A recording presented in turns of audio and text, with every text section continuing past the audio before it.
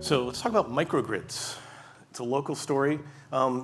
Maybe just set the stage, like what we're doing in Palo Alto with microgrids and how that is providing some more climate reliability. Sure, absolutely. Well, hello everyone.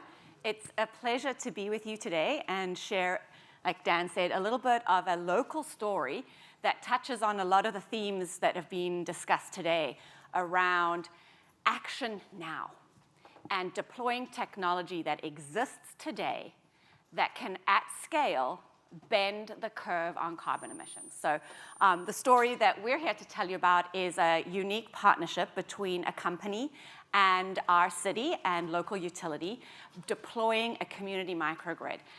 This is the first community microgrid in the city of Palo Alto. And this is part of our company, VMware. I am Nicola Acutt, Vice President for Sustainability and ESG at VMware. And this is part of our 2030 vision and contributes to the city's climate action plan. So, Dan, how much do you want me to talk about the history of it? Or? It would probably be good to just explain what a microgrid is and how it works, because I think not everybody might know. Sure. So maybe hands up. Anyone in the room who is a microgrid engineer? Yes? Okay, so we have some experts. Anybody have a microgrid at home, maybe a small system at home? Okay, well, let me just put it out in plain terms. So a microgrid is a collection of energy assets and a renewably powered microgrid. So microgrid technology is not new, but renewably powered microgrids bring together renewable assets, whether that's solar or wind, together with storage.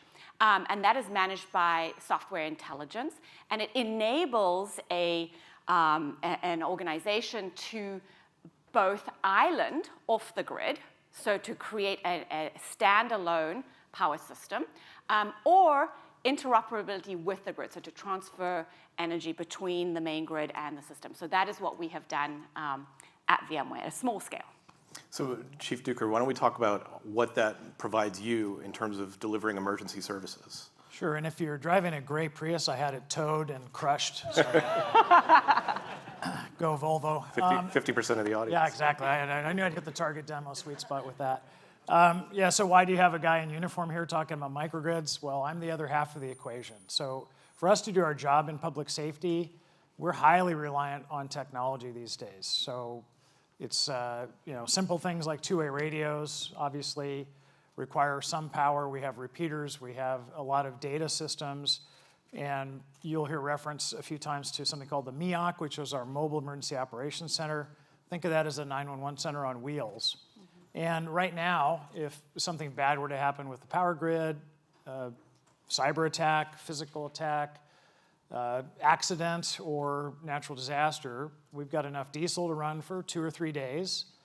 Do we think the recovery and response operation is going to take more than 2 or 3 days? I sure do. It's going to take months and months. So the origin of the partnership was a dialogue that started among our city utility, VMware, and my group in public safety to think about how we might derive some additional benefits beyond the obvious environmental ones, and in the case of VMware, their continuity of business objectives, and to see if we could extend the power, I'm using that pun deliberately, so that when we have, and I always say when, sadly, not if, we have the major earthquake or a wildfire, we have a place to go and continue our operations in a sustainable way. So that's the nutshell of why you see somebody here from public safety who's not here to tow your car for once, talking about microgrids. Thank you. So I think it's interesting. We've had this dynamic up a couple of times, and it's by design, is that we see, again, the public-private partnership and what can be done together. As you were rolling out this program, you started, 5 years ago? Mm-hmm. And you did some analysis, and you're like, look, lost productivity, if the power goes down, it's a huge business risk. Mm-hmm. Can you just talk a little bit about the math, the numbers you crunched and the math you put behind that to decide this is something that's going to be worth the company's investment? Yeah, absolutely. Maybe I'll just share briefly the genesis story around it. And like many good innovation projects, right, it starts with a conversation. And in the case of the microgrid here, it started with a chance conversation literally in the corridor with our CEO, Pat Gelsinger, who was VMware CEO at the time. And he was asking me about our sustainability goals and challenged me to innovate faster. And so, he said to me, Nicola, what more could we do and how could we do it faster? And I said, great question, Pat, let me come back to you. So I did. I went away, and I'd actually just recently read the Drawdown compilation, as I think many in this audience are familiar with. And the microgrids was one of the top 100 technologies that, if we scaled, could support the transformation we needed. And so I thought to myself, what if we did that on the Palo Alto campus? And for folks who are not familiar with VMware and our campus, we sit on a 105-acre parcel on the Stanford Research Park.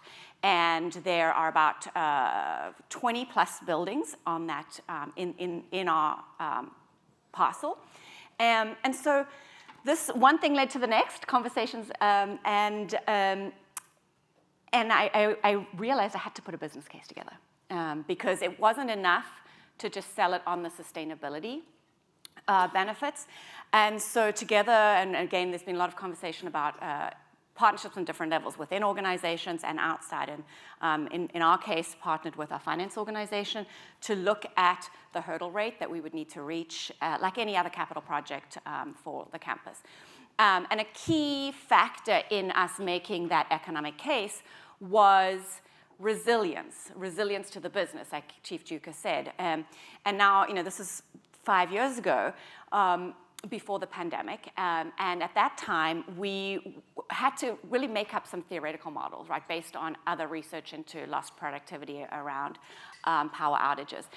And the world has changed so much since then. So yes, we did that theoretically. That was what made the difference in the economic modeling for us, is the potential productivity cost. And we've all experienced since 2017 the increase in frequency of wildfires, extreme weather. Many of us who are local didn't have power last week for hours or days, some communities days. So that has now become a reality, and in fact, the economics of it are even stronger. And this was before also the IRA.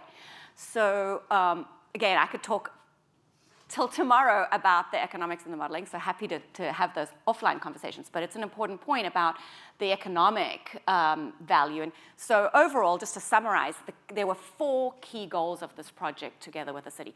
The first was sustainability, and this was about increasing renewables. So the vision was to cover all of our buildings, all those 20 buildings on our parcel with solar. And then create a modular system that connects the storage into a large loop. We called it the smart loop. So we've done a proof of concept of that. So sustainability, number 1, business resilience and efficiency, which I talked about.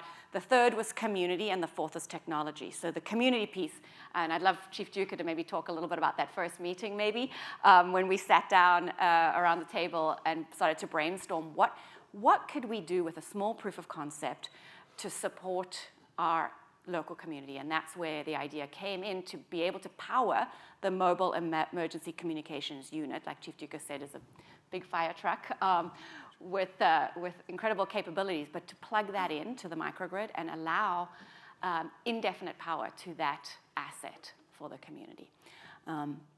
So when you got these engineers come to you and they're like, we want to build a microgrid, we want to partner with you, well, how do you receive that? Do you come back to them and say, well, look, I need this, I need to do these 3 things? Like, what was your justification and reasoning behind it? Yeah, and we have a kind of a different approach. A typical public safety department might, frankly, not know what to do with that information to start with. We're very fortunate being in the heart of Silicon Valley to have a little more panache and a little more intellectual horsepower even in our public safety team.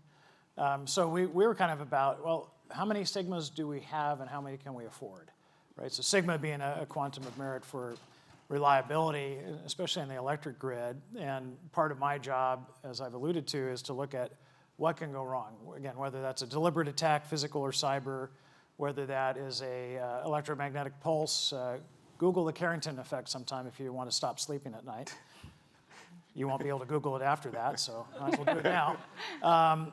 And then, looking at our operational needs, like more tactically, that's what we were talking about at lunch. It's like, yeah, the origins of this first meeting were, wow, VMware with their 100+ acres and massive photovoltaic array wants to add solar battery systems, so battery to the existing solar, and then have extensibility of that so that it's pre-wired, quite literally, so my systems could go plug in. So our requirements from an engineering perspective and an operational perspective were kind of simple. I need power to power my equipment. It's not rocket science there. The head scratcher is in a world where we have a fixed utility and we have the grid, which of course is a misnomer as we know, but the grid of grids going on, and the independent probability, right, of you multiplying all those things together in the midst of a crisis. And by the time 5 years expanded on us and went in the rearview mirror, we had a number of crises, including major wildfires, including a minor wildfire that knocked out power to much of Stanford University and parts of Palo Alto just this last summer. So we were more frequently, as Nicola said, more frequently and more severely reminded of the operational need for this, and how do we mitigate the risk in for her perspective, a cost-effective way, from my perspective, a manner that's practical and actually useful for large-scale public safety response. So for us, we need to set up really two things right away. It's command and control. For those of you who have military background, C2, right? We got to have command and control, meaning that for you who don't, and you went to B school, I'm sorry, that just means you need management and you need to be able to talk, right? I'll simplify that. Sorry, MBAs. So look, we need to be able to talk to our people, and we need to be able to organize things. And we do this in a very efficient way, except when we have to revert to pen and paper and runners. And even here in the midst of Silicon Valley, we're reminded daily now by the fragility of our infrastructure, whether it's power, like we've been talking about, or telecom. But for us to de-risk telecom, we cannot ignore the foundational aspect, which is power. So that was kind of the segue. So we mentioned the Mobile Emergency Operations Center, but it's actually more than that. Our memorandum of understanding with VMware enables public safety to come in and use certain buildings, use their parking lot. That may sound trivial, but in Palo Alto, if you've driven through Palo Alto, there's not a lot of extra space anywhere. So for us to say, hey, knocking wood, we have a big wildfire up in the hills behind Palo Alto, and I need to put 1,000 firefighters and 500 sheriff's deputies and the National Guard, I have very, very few options. And now I do have one, and not only does it have parking and cafeteria and office space, but it has power. So that's a winner every single way. Hope that answers the question. No, I think it's a great answer, and it really defines resilience in a way that, like not only you're going to need the parking lot, you're going to need the cafeteria, and you need a place to stage from. And living in New York City, that's usually just happens in the street, and then you got to close down streets. So have you had to fall back onto the microgrid over the last 5 years? Are there situations where you've needed it? Not yet where we've needed to. We've done some de-risking of our own. For those who are curious, cityofpalto.org/OES, Office of Emergency Services. Check it out. We have a small solar generator trailer that is actually sufficient to support most of our operational needs, but it's not sufficient, to your point, Dan, to support an entire base camp operation or a military level one. So we've had to use that a bit, and we've chosen to use that, moreover, to just not burn diesel when we don't have to burn diesel. Environmental reasons, great, but in a post-earthquake environment in particular, scarcity of diesel, we would rather go to a generator that supports life safety, the hospital, something else, than being burned to run computers when we don't have to. And that's really kind of our calculus on that. And I think we learned one thing today. It's don't burn things if you don't have to. Correct. Exactly. So what's the lesson here? It seems like to me there's two lessons that have been taken away. One for private companies who are looking at de-risking, and the other from municipalities and cities and towns that also want to make sure that they can de-risk under these circumstances. What are the takeaways? How do we take this model and scale it? Great question. And I think that's the mission. I think both of us really hope that the story can be replicated. There's so many. We could do a whole day session on the lessons learned, and we were quite humbled, recognizing that we've known each other 5 years, and the story has evolved over time. Now, recognizing what happened in those 5 years, First of all, getting the memorandum of understanding, then the contracting, the procurement. We, as a corporate facility, right? We'd never done we're not an energy company. We'd never done an energy procurement process like this. So there's huge lessons learned. So I can tell you the official ones, and then offline if you want to get me with a cup of coffee later. This is being recorded. But the point of that is that we've gone through and we've learned a lot and have demonstrated that it's economically viable, that it's doable on a working campus. Now, VMware, again, for folks not familiar with the area, is the largest employer outside of Stanford University in Palo Alto. And so we have 4,000 or 5,000 employees pre-pandemic coming into campus.